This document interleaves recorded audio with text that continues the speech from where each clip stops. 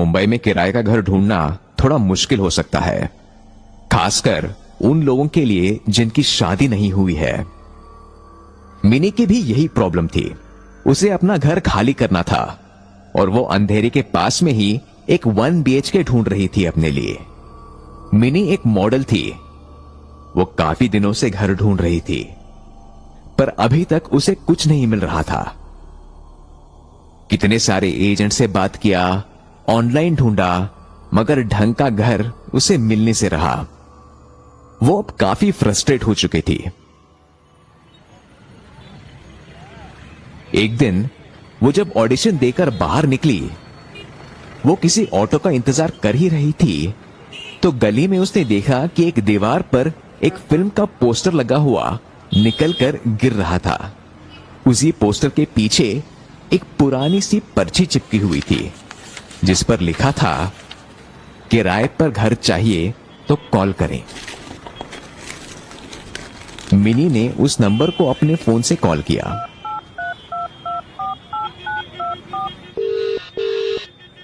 Call करने पर phone पे कुछ अजीब सी आवाजें आ रही थी। उसने फोन काट दिया और वापस घर चली गई।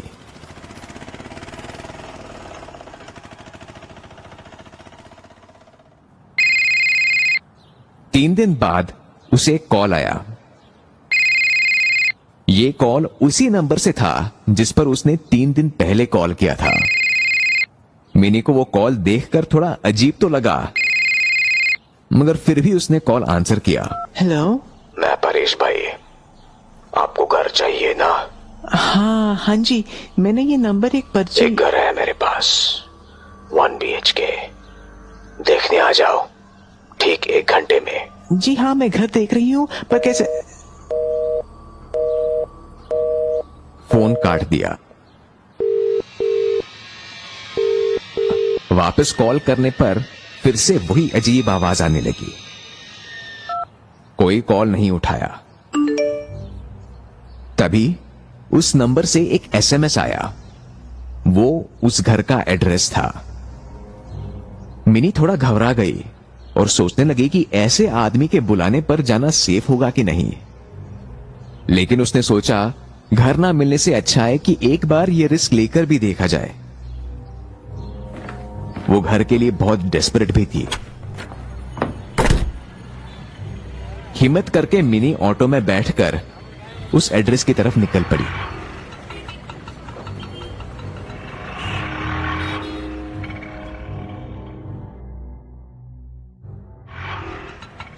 उस एड्रेस पर पहुंची तो उसने देखा कि वो एक इंडिपेंडेंट घर था और समंदर के बगल में ही था। वो बहुत ही सुंदर जगह थी और घर के पीछे की तरफ ही बीच और खुला समंदर। पहले तो मिनी ने सोचा कि शायद वो गलत एड्रेस पर आ गई है, लेकिन फिर वहां खड़े एक आदमी को हाथ हिलाते हुए देखकर उसे लगा कि शायद वो परेश भाई है।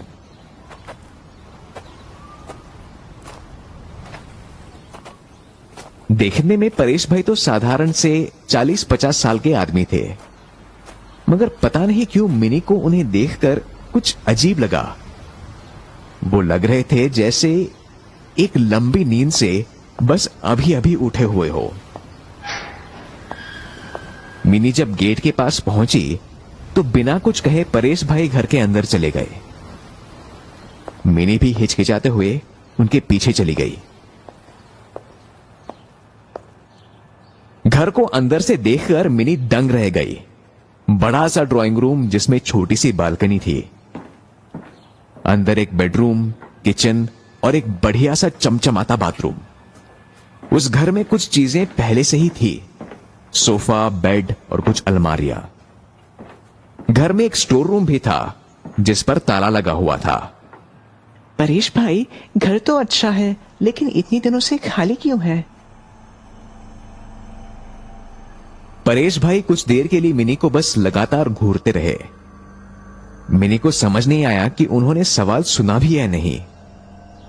ऐसा लग रहा था कि वो मिनी को नहीं बल्कि उसके पीछे उस स्टोर रूम के दरवाजे को देख रहे थे। परेश भाई, आप ठीक तो हैं? खाली क्यों है मतलब? मतलब इतने दिनों से खाली है, जबकि घर काफी अच्छा है। घर खाली कहाँ है? मतलब मैं हूं ना यहाँ, अब तुम भी हो। घर खाली नहीं है। ओ, अच्छा, लेकिन पानी और लाइट की तो प्रॉब्लम नहीं है ना? घर का कुछ प्रॉब्लम नहीं है, बस एक चीज याद रखना, वो स्टोर रूम मत खोलना, समझी? हरगिज नहीं खोलना। वहां जो सामान है मैं अगले हफ्ते शिफ्ट करवा दूंगा। स्टोर रूम क्यों नहीं खोलना? मैं समझी नहीं कुछ। चाहे कुछ भी हो जाए, वो दरवाजा नहीं खुलना चाहिए। मिनी ये सुनकर थोड़ा डर गई। हालांकि वो मन में सोच रही थी कि घर ना ले, पर ये घर काफी अच्छा था और बीच के पास घर मिलना तो एक सपना जैसा ही था उसके लिए।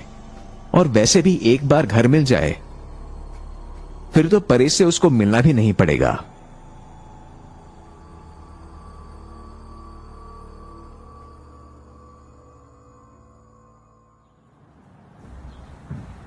अगले ही दिन सारा पेपर वर्क हो गया और मिनी घर में शिफ्ट भी हो गई।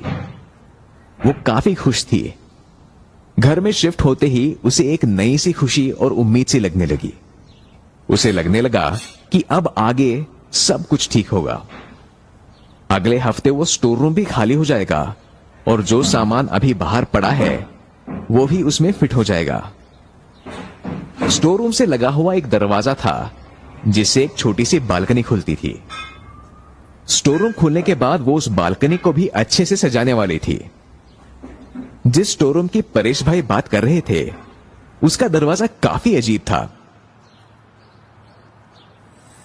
और जब भी मिनी उसको देखती थी तो एक अजीब सी रोशनी जैसे उसके आंखों के सामने आ जाती थी। पता नहीं क्यों जब भी वो उस दरवाजे को देखती उसे खोलने का मन करता, पर फिर उसे परेश भाई की बात याद आती और वो अपने आप को फिर से रोक लेती। मिनी ने संडे रात को अपने घर में एक पार्टी रखने की सोची, अपने नए घर की खुशी में। उसने सोचा कि वो पार्टी के लिए घर को अच्छे से सजाएगी और बालकनी में भी बैठने के लिए कुर्सियां डाल देगी ताकि जो लोग स्मोकिंग करना चाहे वो बालकनी में कर सके।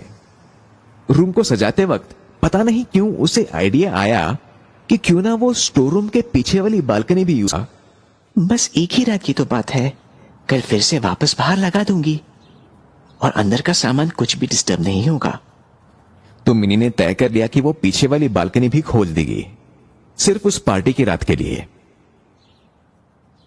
उस स्टोर रूम का दरवाजा काफी पुराना और लोहे का था। पहले मिनी ने उसे खोलना चाहा, पर वो कुंडी जरा से भी नहीं हिली। वो थोड़ा तेल डालकर कुंडी को खोलने लगी तो एक तेज सी पतली आवाज के साथ वो कुंडी खुलनी शुरू हो गई। कुंडी खुलते ही अंदर से कुछ आवाज सी उसे आ रही थी। मिनी स्टोर रूम के अंदर चली गई। अंदर काफी सामान पड़ा हुआ था और थोड़ी धूल भी थी। स्टोर रूम में अंधेरा था, पर एक रोशनदार होने की वजह से अंदर थोड़ी रोशनी थी। कुछ टूटी कुर्सियां, कुछ बक्से और भी काफी सामान वहां पड़ा हुआ था। अंदर आते ही मिनी को अपने कानों में थोड़ी सरसराहट महसूस हुई, जैसे कोई कानों में कुछ कह रहा हो।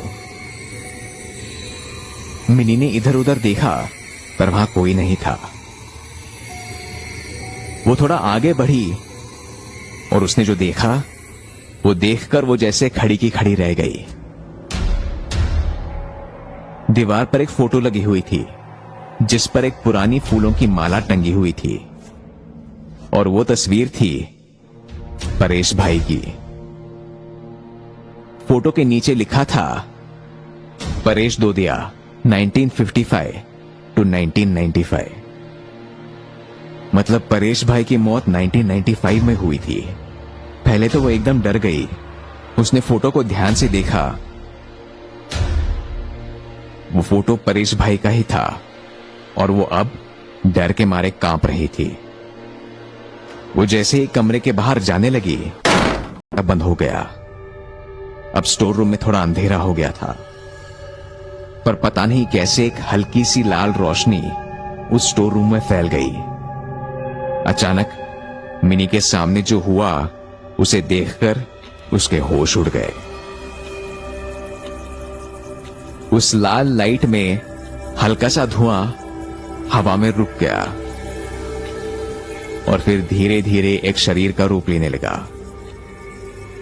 उसने देखा वो परेश भाई का चेहरा था, पर पूरी तरह से कटा पिटा और कागज जैसा सफेद। पूरे चेहरे पर जैसे चाकू के घाव थे। मिनी अब सिर से पैर तक पसीने में डूब चुकी थी। वो डरते हुए बोली, परेश भाई, अब तो तुम सुनती क्यों नहीं हो? तुमको मना किया था ना स्टोर रूम का दरवाजा खोलने। परेश भाई ने अपने हाथ से इशारा किया और जब मिनी ने उस तरफ देखा तो वहां 5 कंकाल रखे हुए थे। कौन है ये लोग? सॉरी, मैं चली जाऊंगी। इन बेचारों ने भी स्टोर रूम खोला था। तुम्हें दरवाजा खोलना नहीं चाहिए था। अब तुम भी हमेशा के लिए इस कमरे में कैद रहोगी। ऐसा कहते ही परेश भाई गायब हो गए। कमरे के दरवाजे खिड़कियां भी गायब हो गए। पूरा अंधेरा छा गया। मिनी चीखती चिल्लाती रही, मगर कोई सुनने वाला नहीं था। बस हाथों से ढूंढती रही कि कोई दरवाजा या खिड़की मिले, मगर उसके हाथ लग रहे थे तो बस उस कमरे की दीवारें।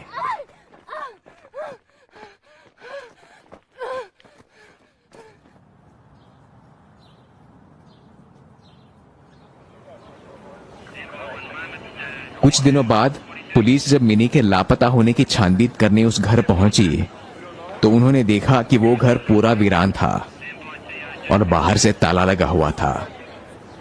ऐसा लग रहा था जैसे कई सालों से वहां कोई नहीं रहा हो।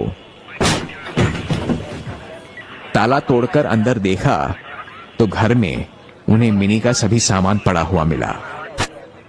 उस स्टोर रूम का दरवाजा खुला था। अंदर जाने पर उन्होंने देखा कि सभी दीवारों पर खून और खरोचने के निशान थे और कमरे के बीच में पड़ा था मिनी का मुर्दा शरीर।